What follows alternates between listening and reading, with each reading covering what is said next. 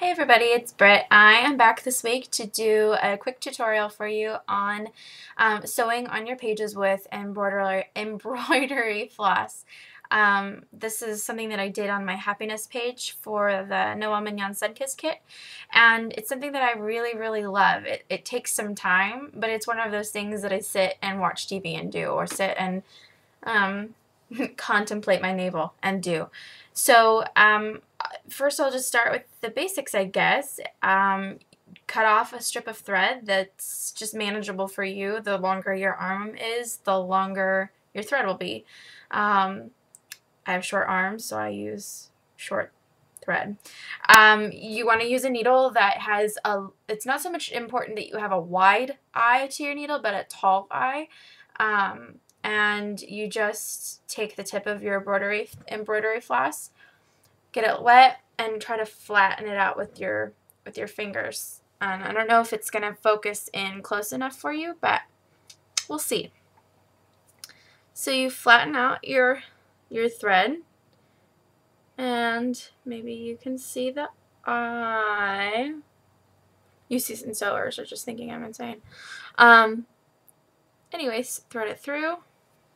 Leave a little dangling. And now to tie your knot, this is like the easiest knot in the world, and I just learned it like maybe a year ago. You take your needle and whatever your prominent hand is, hold it. You pinch down with your index finger just the end of the thread over the needle. So you're holding your thread. You wrap it. And you wrap it as many times as you're comfortable with. This is pretty thick, so I'm just going to wrap it twice, maybe 3 times. And then I'm trying to do it so you can see it, but you pinch the thread over the needle and then slide it over. And then you just slide it all the way down the length of thread until you end up with a knot at the very end. And it's the perfect little knot. It's totally the right size. It holds really strong, and it's just so much easier than sitting here and doing this.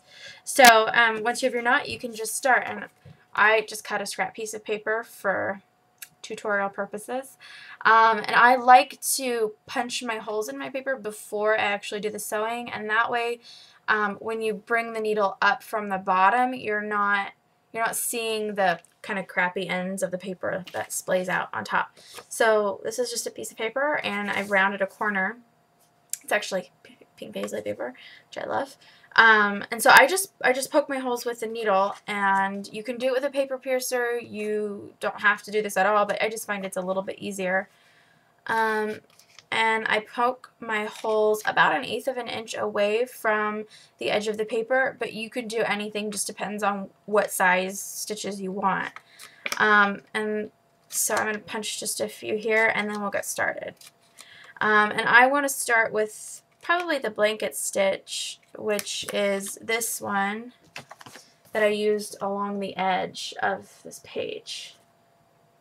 There you go.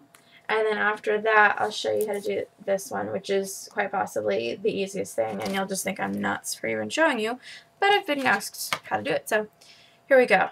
You'll take your paper. Let's move you here.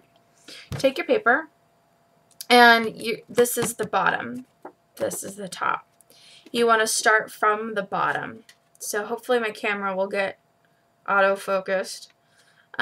You poke your hole, or you come in through the hole you've already poked, through the bottom, come all the way to the top, then you come back in through the next hole through the bottom.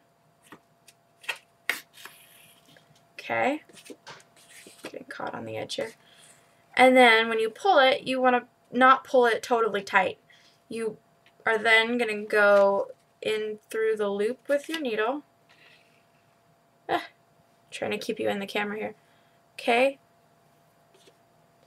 And then you have this little piece. And don't worry about right here, because when you go all the way around and end up back here, it'll look like the same normal stitch as all the other ones. And you just do this over and over. Let's move this again. Okay. So up through the bottom, through the hole or loop, and there's your first normal looking stitch. Okay, and then you just keep repeating that. Up through the bottom, pull it, and then through the loop. Up through the bottom, pull it, go through the loop, and there's your stitch, and you'll start to see what your little stitches are gonna look like. Focus. There we go. And you can go all around your paper that way. These holes are about 1/4 of an inch apart. You can make them 1/8 of an inch apart. You can make them 1/2 of an inch apart. You can bring them in pretty far into your edge if you wanted to. You can bring them in as close as I have. It really just depends on what you like. And I'm going to go around the corner of this so you can kind of see a trick to keeping your stitches even around these round corners, because there's a tendency to pull a little bit too tight and then your edge of your stitch just disappears. So here we go, around the corner. Okay, punch a couple more holes. Okay. Now, okay, this is the center of the corner, and you can kind of see this edge right here, or this little end, is going to want to go underneath the corner rather than stay around it, just because that's what it does. So when you're going around the corner, make sure that when you pull it, you leave a little bit, I lost my needle, you leave a little bit of slack in your line. Because see, if I pull it, you don't see that end anymore. It totally goes away. So you want to leave some slack. And I'll go through my last hole. And there you go. So the next one that I did was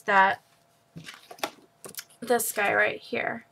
And literally, I probably don't need to even show this to you, but I've been asked, so. Okay, for this one, and I'm not even going to start over because basically we're coming up from the bottom anyways. You can go through the top or you can go through the bottom on this. You just want to do the same thing over and over. So I'll go through the top and just go down. Okay, then go down again in the next hole. Go down again.